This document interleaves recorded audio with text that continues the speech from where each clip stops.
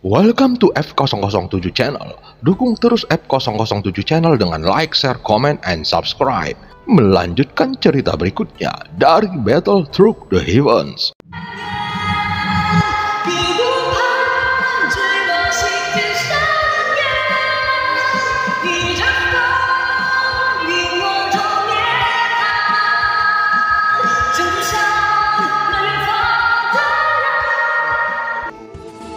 Selamat beraktivitas dan terima kasih atas dukungannya selama ini. Semoga semua sobat F007 selalu diberikan kesehatan dan rezeki yang berlimpah. Amin ya robbal alamin. Pada part sebelumnya, semakin banyak sosok-sosok yang bergegas keluar dari gerbang kuno karena merasakan vitalitas mereka yang tiba-tiba menghilang. Sementara itu di Taisu, Sukiantai akhirnya mengungkapkan bahwa token dan slip giok yang diberikannya kepada Xiaoyan merupakan caranya untuk mendeteksi keberadaannya.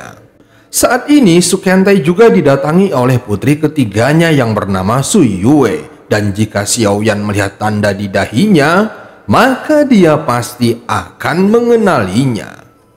Pada saat ini, Su Yue segera mengucapkan selamat tinggal kepada ayahnya dengan penuh hormat. Namun dari awal hingga akhir tidak ada kecemerlangan di matanya dan tidak pernah ada senyuman di wajahnya.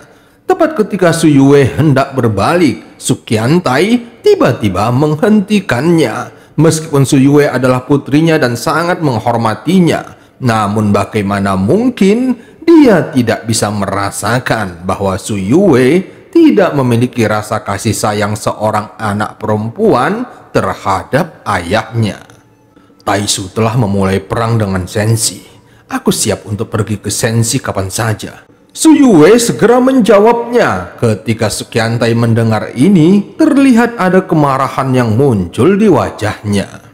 Kekuatan yang diperoleh dari Senshi di tubuhmu belum sepenuhnya dilepaskan. Perang ini akan terjadi tanpa kekuatan para dewa Taisu.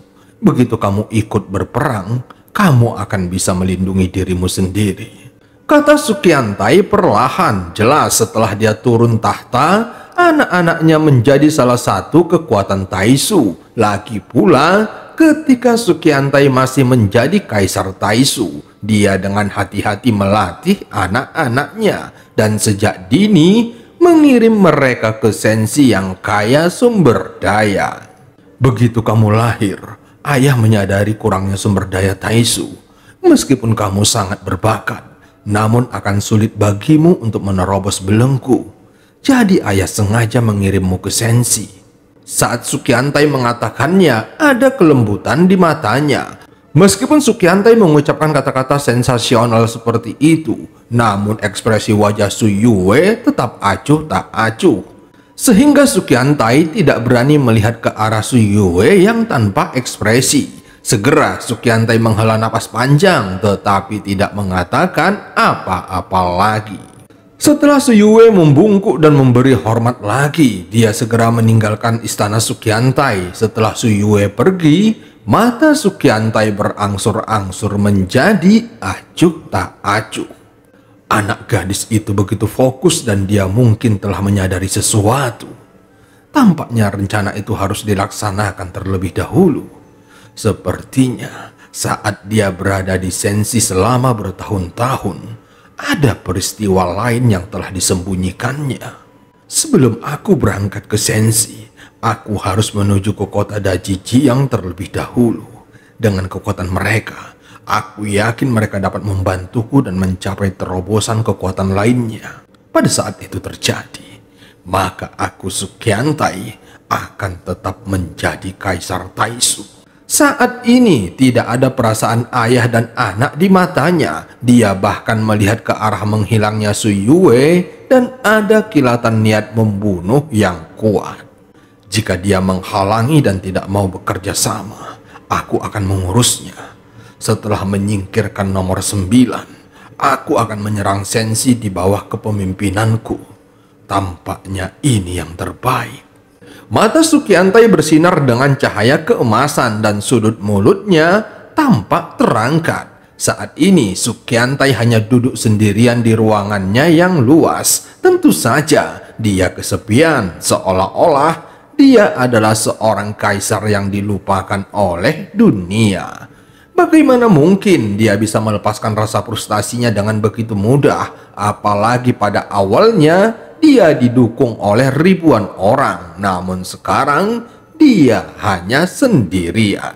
Setelah dia perlahan-lahan menenangkan dirinya, Sukyantai menjentikkan jarinya dan kemudian sekelompok prajurit mulai muncul dengan barisan yang rapi. Kalian terus lakukan pencarian dan harus menemukannya. Meskipun dia memiliki keraguan tentang Xiaoyan, namun sebelumnya dia tidak dapat memastikan bahwa Xiaoyan adalah targetnya. Sehingga Sukyantai memutuskan untuk terus mengirim pasukannya ke dunia kuno, Dewa Abadi dan Iblis, serta ikut serta bersama pasukannya. Jika mereka tidak dapat menemukannya, maka dia berencana akan menjarah sumber daya dunia ini seperti dunia tanpa batas dan pada akhirnya akan berakhir sama. Saat ini banyak sosok yang berteriak serempak. Sosok yang mengenakan armor dewa palsu itu segera mengepalkan tinjunya dan mengangkatnya untuk mematuhi perintahnya. Sukyantai berdiri dan membuka lengannya. Segera beberapa wanita dengan cepat melangkah maju untuk mengenakan armor dewa palsunya. Selanjutnya sosok Sukyantai tiba-tiba berubah menjadi beberapa bagian, seolah-olah tubuhnya telah dipotong-potong menjadi kue. Kemudian fragmennya mulai berputar dan menghilang dari ruangan ini. Sementara itu di dalam gerbang kuno, penyerapan pilar Tianjun masih terus berlanjut. Namun vitalitas yang datang menuju ke arahnya semakin berkurang. Tampaknya kekuatan simbiosis tidak lagi berpengaruh, yang membuat semua orang dapat merasakan aliran udara dingin yang menyedot vitalitas akhirnya berhenti. Tetapi tidak ada yang tahu apa penyebabnya. Pada saat ini pilar Tianjun sebenarnya tidak berhenti, tetapi dengan panik terus menyerap ki dan darah Xiaoyan. Dia tidak tahu sudah berapa banyak vitalitas yang telah diserap olehnya. Apa yang Xiaoyan tidak mengerti adalah mengapa pilar Tianjun menyerap begitu banyak vitalitas. Sepertinya aku mengingat sesuatu. Selain menjadi harta paling berharga dari klan dewa asli, pilar Tianjun juga merupakan harta pemecah tubuh yang sangat kuat. Pilar Tianjun dapat menyerap ki dan darahmu, kemudian mengembalikannya dengan inisiasinya, sehingga mencapai fragmentasi dan reorganisasi dari tubuh fisik. Hanya saja cara pemecah tubuh ini akan menimbulkan beban yang sangat besar. Oleh karena itu, jangka waktunya bisa sangat singkat. Itu bisa terjadi setiap beberapa dekade atau selama 100 tahun.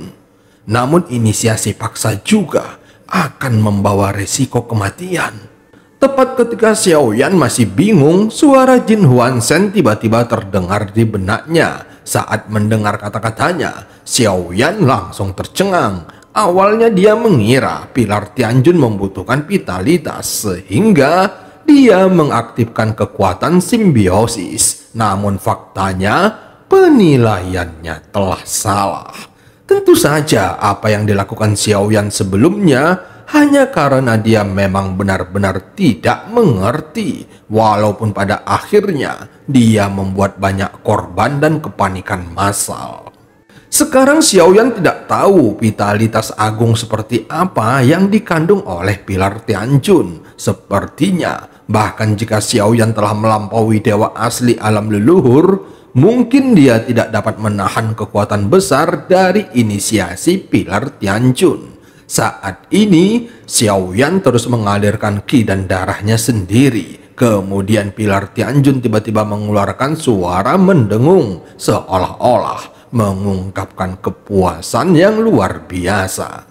Saat ini Xiaoyan merasakan tubuhnya sedikit mati rasa di bawah kekuatan simbiosisnya. Vitalitas yang terkandung di dalam pilar Tianjun bukan hanya miliknya, tetapi juga makhluk hidup yang ada di dunia luas ini.